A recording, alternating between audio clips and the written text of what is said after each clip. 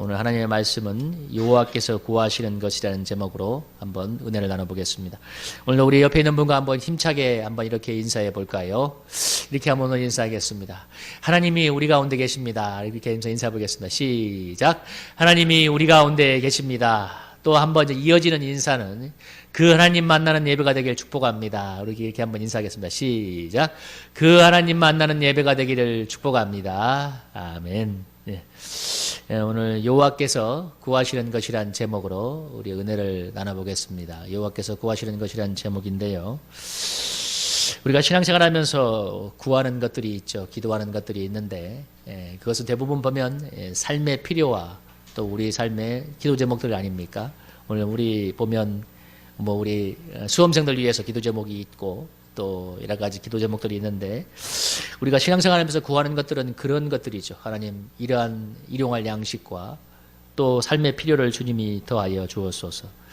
하나님께서 우리가 하나님께 구하는 것이 있고 하나님께 우리가 구하는 것이 있고 하나님께서 우리에게 원하시는 것이 있는데 우리 주님이 유명한 마태복음 6장 33절에서 말씀하셨죠. 먼저 그의 나라와 그의 의를 구하면 이 모든 것을 너희에게 더해 줄 거라고 말씀하셨습니다. 그리고 그러면서 말씀하시기를 무엇을 먹을까 입을까 마실까 염려하지 말라. 이방인들이 구하는 것이라고 하셨는데요. 그래서 우리가 하나님께서 원하시는 뜻을 구하는 삶을 살아갈 때에 삶의 필요도 하나님께서 이렇게 하나씩 채워주시는 것인데요. 일생 삶의 필요를 구하다가 세상 사람들처럼 사라질 것인가 아니면 하나님의 뜻을 구하여 하나님의 역사를 경험하는 믿음의 삶을 살 것인가는 우리의 믿음의 선택의 문제이기도 합니다. 오늘 본문이 당시 하나님을 떠나서 영적으로 도덕적으로 타락해버렸던 이스라엘 백성을 향한 하나님의 선지자를 통한 도전의 말씀인데요. 오늘 말씀했던 이 미가 선자가 활동했던 시기는 약 BC 742년에서 687년 이때가 언제냐면 북이스라엘이 망하고 아수르의 침공에서 망하고 또 600년경에 얼마 뒤에 남유다도 망해가는 그런 이제 이스라엘의 국군이 쇠해가는 그런 시점인데요. 영적으로 도덕적으로 너무나 타락해서 하나님의 심판이 임박했던 그런 시대였습니다. 그런 시대 가운데서 BC 700년경에 북이스라엘이 아수르에 의해서 멸망을 당하고 이제 나라가 정말 망해가는 그런 시점에 하나님께서 미가 선지자를 통하여서 이렇게 그 말씀을 계속해서 전하고 있는데 구약의 선지서의 모든 그 말씀의 주제는 동일합니다. 타락한 그 백성이 회개를 촉구하고 하나님께 돌아올 것을 얘기하고 있는데요. 오늘 6장 1절에서 5절의 내용을 보면 하나님께서 뭐라고 하나요? 2절에 보면 하나님께서 뭐라고 하겠습니까? 너희는 여호와의 변론을 들으라. 여호와께서 자기 백성과 변론하시며 이스라엘과 변론하실 것이라. 하나님께서 이스라엘 백성과 변론하실 거라고 얘기하는데 그러면서 그 변론의 내용이 무엇이냐면 3절에 보면 내가 무엇을 행하였고 무슨 일로 너를 괴롭게 하였느냐 너는 내게 증언하라.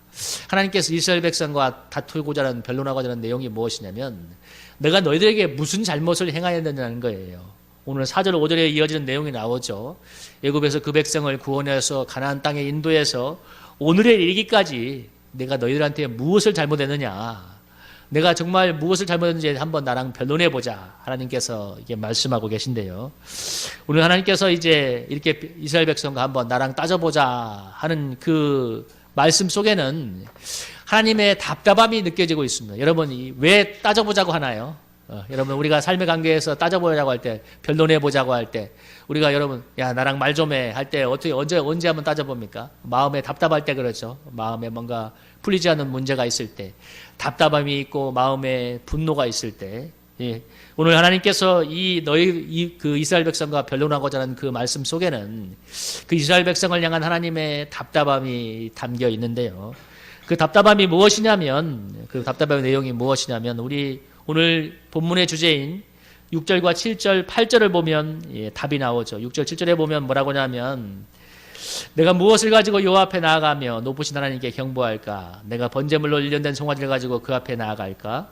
선천의 순양이나 만만의 강물 같은 이름을 드릴까? 이스라엘 백성이 하나님께 나아가기 위해서 하나님께서 명하신 제물을 가지고 엄청나게 열심히 제사는 드렸는데 근데 문제는 뭐냐면 이어지는 9절 16절의 내용을 보시면 아는 것처럼 그들의 삶이 정말 하나님이 기뻐할 수 없는 삶이었다는 것입니다. 여러분 9절에서 16절의 내용을 보면 9절에 무슨 말씀이 나오나요? 10절에 보면 10절에 불의한 지혜 재물이 있고 축소시킨 가증한 에바가 있고, 에바는 오늘날로 말하면 우리 한국어로 말하면 말처럼 도량에게 다닙니다. 그러니까 불의한 재물, 축소시킨 가증한 에바, 11절에 부정한 저울, 그리고 또 주머니에 거짓 저울추, 그 다음에 12절에 보면 부자들의 강포, 주민들의 거짓. 우리 이런 단어들을 쭉 보면 이스라엘 백성의 그 삶 속에 하나님께서 기뻐하지 않는 죄악이 만연했다는 것을 알 수 있는데요. 하나님이 무엇을 답답해 했냐면 그들이 실제 삶은 그렇게 하나님이 기뻐하지 않는 죄악으로 물들어 있는데 정말 하나님께 열심히 제사만 드렸다는 것입니다. 그러니까 하나님이 너무너무 답답하는 거예요. 그러니까 그들의 삶은 실제 하나님이 기뻐하지 않는 삶의 요소로 너무너무 가득한데 재물만 들고 나오니까 하나님 보실 때 너무 견딜 수 없는 거예요. 이스라엘 백성의 문제가 뭐냐? 하나님이 답답해하는 게 뭐냐면 너희들은 열심히 재물은 가지고 나오지만 너희들의 삶을 좀 봐라 이거예요. 하나님께서 기뻐하지 않는 삶으로 이렇게 물들어 있으면서 왜 회개치 않고 제사만 드리라는 거죠. 제가 이 얘기를 한 번씩 합니다만 영화 투캅스에서 주인공이 그 부패한 형사인데 꽤 오래된 영화죠. 거기에 내용에 보면 이 형사가 아내를 따라서 열심히 교회 나가는 그리스도인입니다. 근데 평소에는 무엇을 하냐면 이 투캅스에 보면 이 안성기 씨가 그 부패한 형사로 나오는데 길거리 지나다니면서 업소를 돌아다니면서 수많은 뇌물을 받아먹어요. 막 불법 영업하는 데서 뇌물을 받아먹는데 일요일날 교회에 오면 아내를 따라서 교회에 오는데 정말 막 눈물을 흘리면서 회개합니다. 하나님, 제가 지난주 한 주 동안 정말 하나님 앞에 죄를 범했습니다. 정말 뇌물 받아먹고 잘못했습니다. 그런데 그러면서 그 주머니에서 엄청나게 두둑한 헌금을 꺼내서 여러분 거기에 헌금을 드리죠. 근데 그 예배를 끝나고 다시 월요일날 들어가면 통일하게 아무런 변화 없이 여전히 뇌물을 받아먹고 동일한 부패한 경찰로 살아갑니다.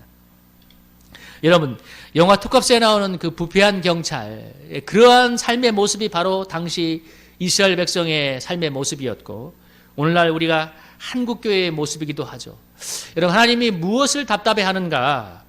삶 속에서 하나님의 뜻을 행하는 예배는 없는데 형식적인 신앙생활, 형식적인 예배만 드리는 것을 정말 답답해한다는 것입니다.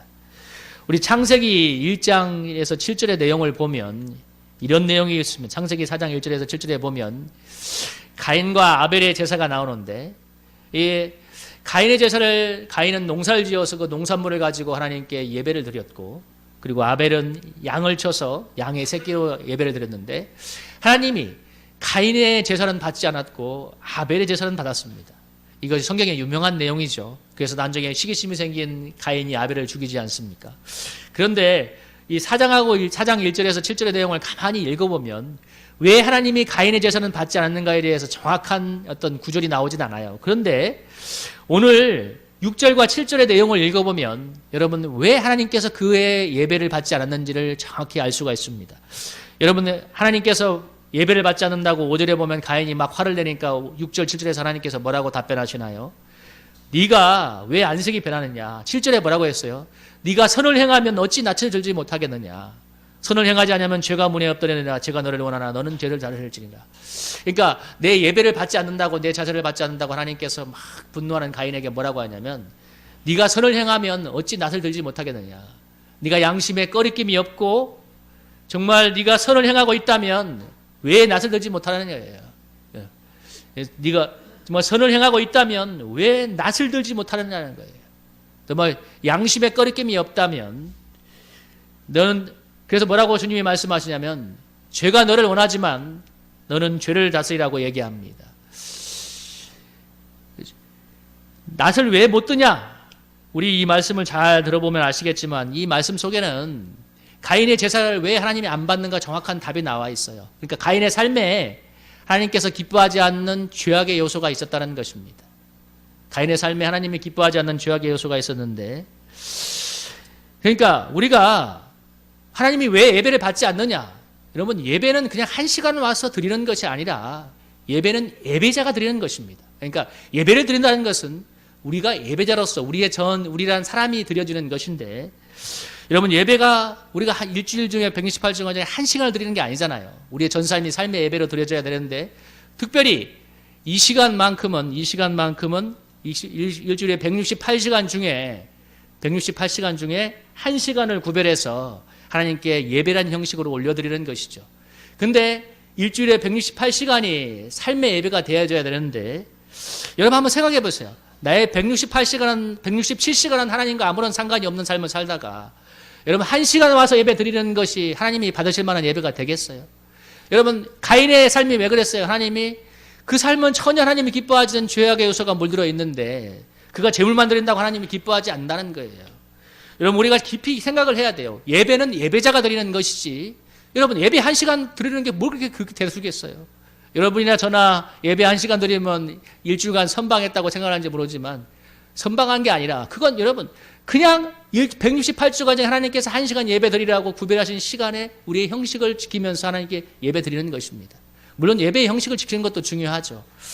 예를 들면 이 비유를 하자면, 여러분 컵에 물을 어떻게 담습니까? 이 컵이라는 게 있어야 물을 담죠.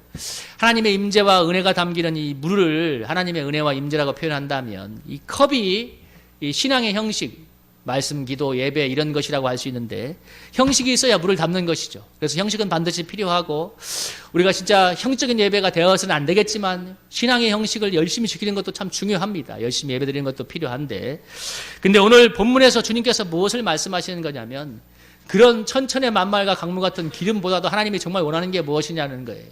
삶의 예배를 너희가 드리라는 것입니다. 그들이 아까 가인 얘기도 나왔잖아요.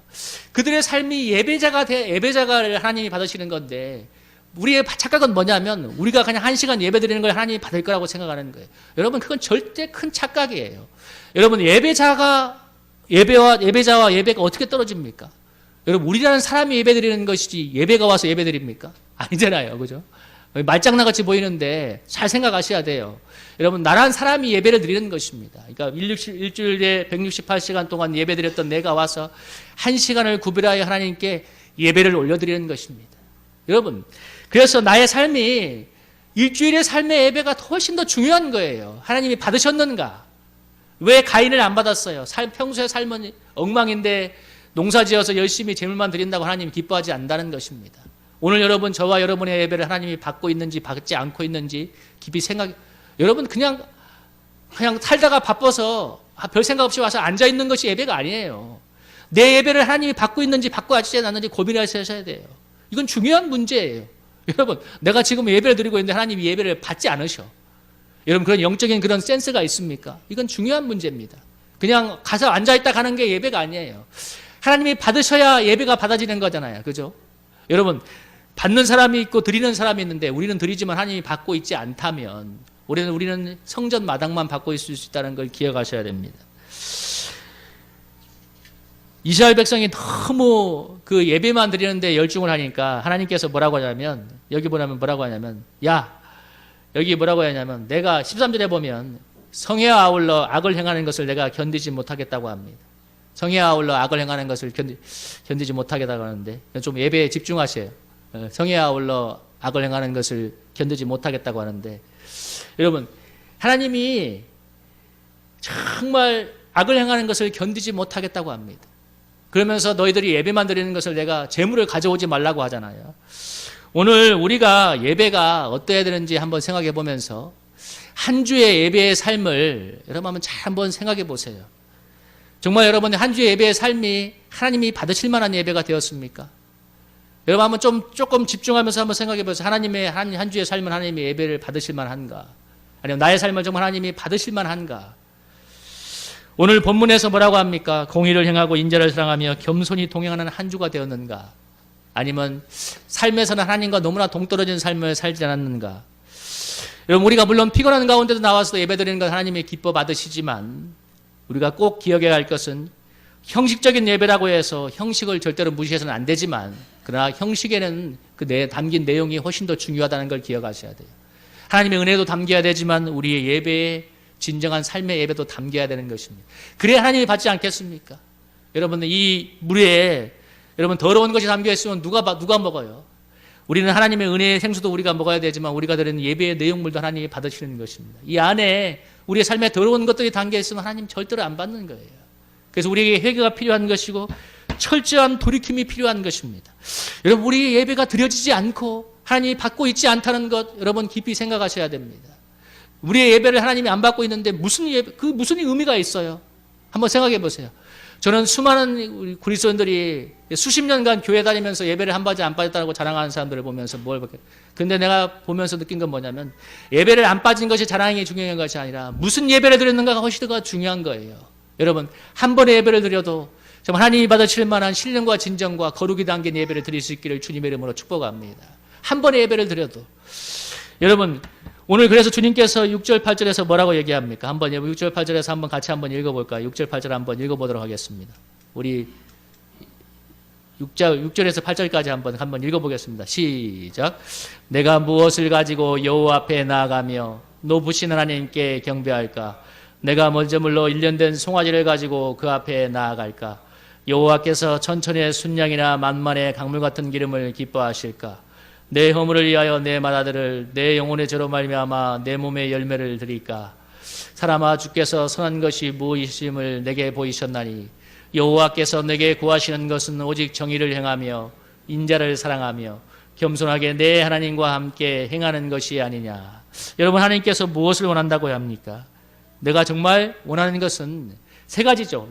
정의를 행하고 인자를 사랑하며 하나님과 함께 행하는 그 삶을 하나님께서 정말 간절하게 원하신다고 얘기하고 있습니다. 세 가지죠. 공의, 정의, 그 다음에 정의, 사랑, 그리고 하나님과 함께 행하는 삶을 하나님이 원하신다고 했는데, 여기서 인자라는 것은, 인자를 사랑한다는, 인자는 헤세드라는 단어인데, 그냥 쉬운 용어로 풀면 사랑이라는 용어로 해석하면 됩니다. 그러니까 하나님의 인간을 향한 사랑, 또 인간의 하나님을 향한 사랑, 그리고 성도와 성도를 향한 사랑을 다 포괄하는 단어가 헤세드라는 단어인데, 그러니까 정의를 행하고 정말 인자를 사랑하며, 그러니까 사랑을 행하며 하나님과 함께 행하는 것을 하나님이 원하신다고 했는데, 여러분, 이게 참 중요하죠. 정의가 있어야 되는데 정의만 있으면 여러분, 사랑이 빠진 정의는 너무나 냉혹하죠. 그런데 정의가 없는 사랑은 불법이 되기 때문에, 정의가 없는 사랑은 불법이 되기 때문에 여러분, 그 정의가 없는 사랑은 또 무너져 버리는 것입니다. 그래서 예를 들면 부부간에도 불륜이 있으면 사랑이 무너지잖아요. 정의가 없기 때문에. 그래서 사랑과 정의는 같이 가야 되는 것인데, 근데 이 사랑과 정의가 조화롭게 이루어져야만 이 역사가 나타나는데, 예를 들면 여러분, 가위가 있다면 가위가 한 날만 가지고 종이를 자를 수 없죠. 가위는 양날이 있어야 됩니다. 그러니까 사랑과 공의가 함께 있어야 종이를 자를 수 있는 것. 다시 말하면 구원의 역사가 나타납니다. 신앙생활, 이건 아주 중요한 문제예요. 이 사랑과 공의의 조화, 이 양날의, 이 가위의 양날과 같은 이 구원의 역사가 나타나는 것이 십자가인데, 십자가에서 두 가지가 중요한 것이 나타납니다. 첫째는 무엇이냐? 하나님이 얼마나 죄를 미워하는가가 나타납니다. 얼마나 죄를 미워하는가? 하나님이 얼마나 죄를 미워했으면 당신의 사랑하는 아들도 십자가에 죽게 하셨는가? 여러분, 여기에 첫째가 나타나고 하나님의 공의가, 두 번째, 하나님이 얼마나 우리를 사랑하는가? 당신의 아들을 우리 죄 때문에 당신의 아들을 죽게 할 만큼 우리를 얼마나 사랑하는가? 그 하나님의 놀라운 사랑이 나타나고 있습니다. 그래서 구원이 하나님의 이 무서운 공의와 심판과 그리고 하나님의 절대적인 사랑이 조화를 이룰 때 나타나는 것입니다. 우리가 정의를 행하고 인자를 사랑하는 삶, 다시 말하면 공의를 행하고 사랑을 행하는 삶을 살아야 되는 이유가 뭐냐면, 그것이 우리를 구원한 하나님의 목적이기 때문에 그렇습니다. 우리가 하나님의 공의와 사랑을 실천하는 가운데 우리 가운데 놀라운 구원의 역사가 일어나기 때문에 그렇습니다. 여러분, 구원의 역사가 어떻게 일어난다고요? 공의와 사랑을 실천해가는 가운데 일어나는데, 우리가 여러분 한번 생각해보면 알겠지만, 공의와 사랑을 실천해보면, 예를 들면 예를 하나 들어보겠습니다. 원수를 사랑하는 말이 있을 때, 여러분, 원수를 사랑하는 그 말씀이 순종하는 게 얼마나 어려운가, 순종해보면 그때 느끼게 되죠. 그때 우리가 얼마나 하나님의 말씀을 실천할 수 없는 사람인가를 느끼게 되고 예수 그리스도의 은총 속으로 들어오는 것이죠. 하나님의 공의 앞에 서봐야만 내가 얼마나 큰 죄인인지를 압니다. 여러분, 오늘날 우리 교회가 얼마나 지금 우습게 됐냐면, 그냥 죄를 조금 뭐 세상의 도덕적인 인륜 도덕의 차원으로 몰아가요. 아니요. 죄는 인륜 도덕의 차원이 아니라 하나님의 높고 완전한 율법의 기준으로 판단하는 것입니다. 그 하나님의 말씀의 기준 앞에 서게 될 때 우리가 얼마나 죄인인가, 다시 말하면 우리가 얼마나 하나님의 뜻과는 상관없이 우리의 죄성대로 살려고 하는 그 철저한 죄성을 갖고 있는가, 얼마나 우리의 마음에 그런 반역이 있는가. 하나님의 뜻과는 상관없이, 여러분, 하나님의 뜻과는 상관없이 저나 여러분이나 죄성대로 살고 싶어 하잖아요. 우리가 하나님의 공의와 사랑을 행해보려 하면 우리가 얼마나 하나님의 뜻과는 상관없이 내 마음대로 살려고 하는 죄가 많은지 깨닫게 됩니다. 여러분 한번 깊이 한번 생각해 보세요. 내 마음 깊은 것을 들여다보면 여러분 정말 한번 오늘 말씀하잖아요. 네가 겸손히 하나님과 함께 행한다는 것을 하나님이 원하신다고 하지만 여러분 우리가 하나님을 마음에 모시고 그 하나님과 동행하는 삶을 원합니까? 여러분 한번 마음으로 대답해 보세요. 여러분 하나님을 마음에 모시고 사모하면서 함께 동행하는 삶을 살기를 원합니까? 그건 양심이 가르쳐 주는 것입니다. 우리가 하나님의 정의와 사랑을 실천하는데 절대로 주저함이 있어서는 안 되는 이유가 일주일에 1시간 예배 드리는 것으로 절대로 신앙생활을 땜빵해서는 안 돼요.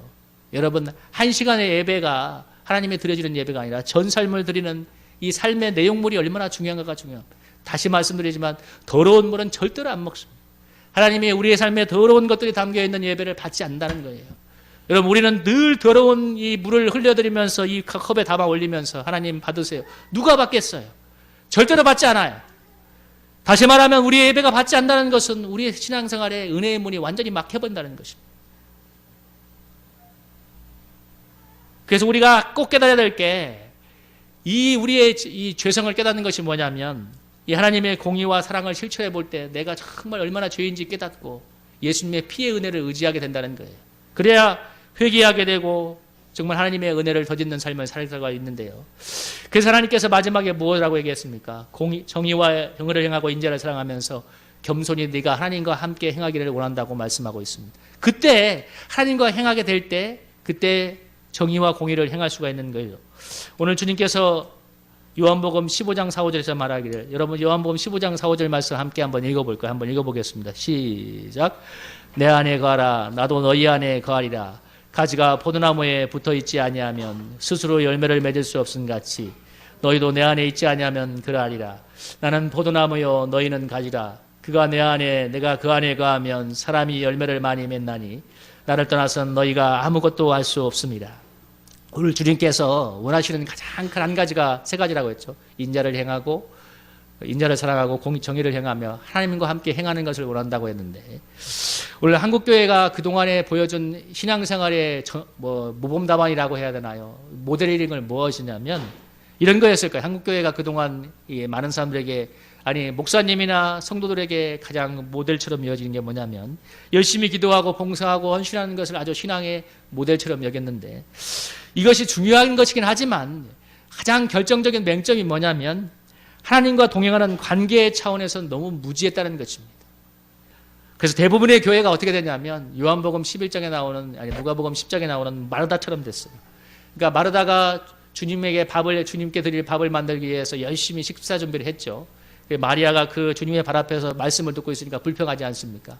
왜 마리아는 저렇게 나는 열심히 일을 하면서 주님을 봉사하게 주님께 밥을 해드리기 위해서 이렇게 뛰어다니는데 왜 마리아는 저렇게 주님의 말씀 앞에서 말씀만 듣고 있습니까? 그러니까 그때 마리아가 뭐라고 했나요? 아니 주님이 뭐라고 했나요? 마리아는 이 좋은 편을 택하였기 때문에 저것도 빼앗기지 않을 거라고 했습니다. 다시 말하면 많은 것을 해야 되지만 마리아는 한 가지를 택했죠. 주님의 음성을 듣고 주님과 교통하는 삶을 택했는데 오늘 한국교회가 마르다는 많습니다. 너무 주님을 위해서 열심히 하려는 사람은 많지만 그래서 결과가 말의 장난 같은데 너무 마른 성도가 많아요.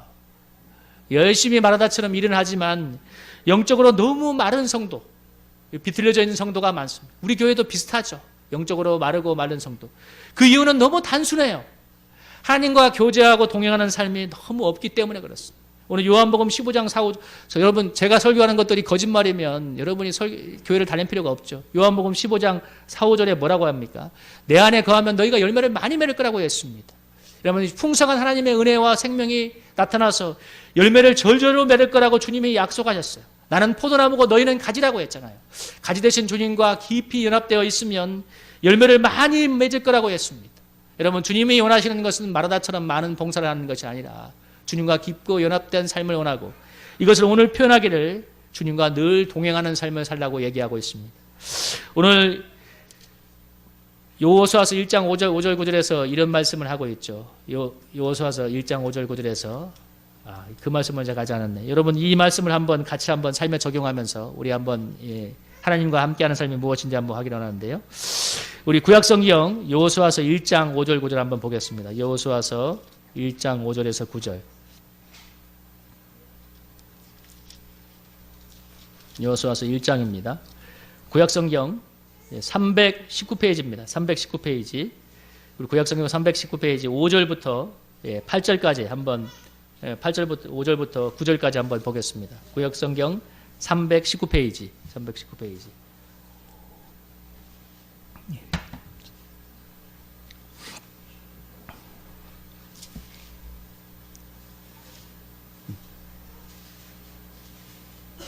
이만. 여호수아서 1장 5절부터 9절 한번 같이 한번 보겠습니다. 여호수아서 5장 1장 5절부터 9절까지 319페이지 한번 찾으셨습니까? 구약성경 319페이지. 우리 한 절씩 한번 교독해 보겠습니다. 내 평생에 능히 너를 대적할 자가 없으니 내가 모세와 함께 있었던 것 같이 너와 함께 있을 것임이니라. 내가 너를 떠나지 아니하며 버리지 아니하리니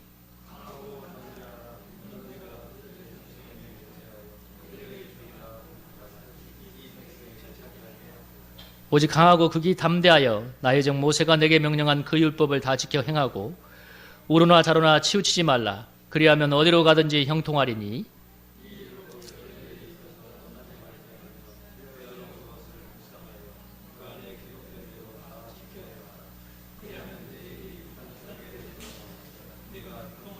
우리 함께 9절 한번 읽어보겠습니다. 시작. 내가 내게 명령한 것이 아니냐. 강하고 담대하라. 두려워하지 말며 놀라지 말라. 내가 어디로 가든지 내 하나님 여호와가 너와 함께 하느니라. 아멘. 오늘 하나님께서 여호수아에게 뭐라고 하나요? 내가 너와 함께 할 거라고 얘기하는데, 그런데 여호수아에게 명령한 것은 뭐냐면 하나님의 말씀을 늘 주야로 묵상하여 그 가운데 기록된 대로 지키라는 것입니다. 여러분, 하나님은 저와 여러분에게 늘 함께 하시는데 중요한 건 내가 하나님과 함께 하느냐가 중요한 거예요. 여러분은 하나님과 함께 하십니까? 하나님은 여러분과 함께 하고 계신데, 하나님은 늘 내 마음속에 와서 함께 하고 계신데, 내가 주님의 말씀을 붙잡고 묵상하며 그 가운데 기록한 대로 지켜 행할 때 하나님이 우리의 삶에 함께하고 형통함으로 역사할 거라고 말씀하고 있습니다. 우리 사랑하는 성도님들, 하나님께서 정말 원하시는 것이 무엇이라고 오늘 말씀하고 있나요? 마지막 결론인데, 여호와께서 정말 원하는 것은 정의를 행하고 인자를 사랑하며 겸손히 내 하나님과 함께 행하는 거라고 얘기했습니다. 여러분, 많은 것을 하나님이 원하는 것이 아니라 하나님과 함께하는 삶, 오늘 너와 함께하는 그 하나님의 말씀을 붙잡고 그 말씀을 묵상하면서 주님과 동행하는 삶을 살라고 말씀할 때 내가 어디로 가든지 형통할 거라고 주님께서 약속하시는데요.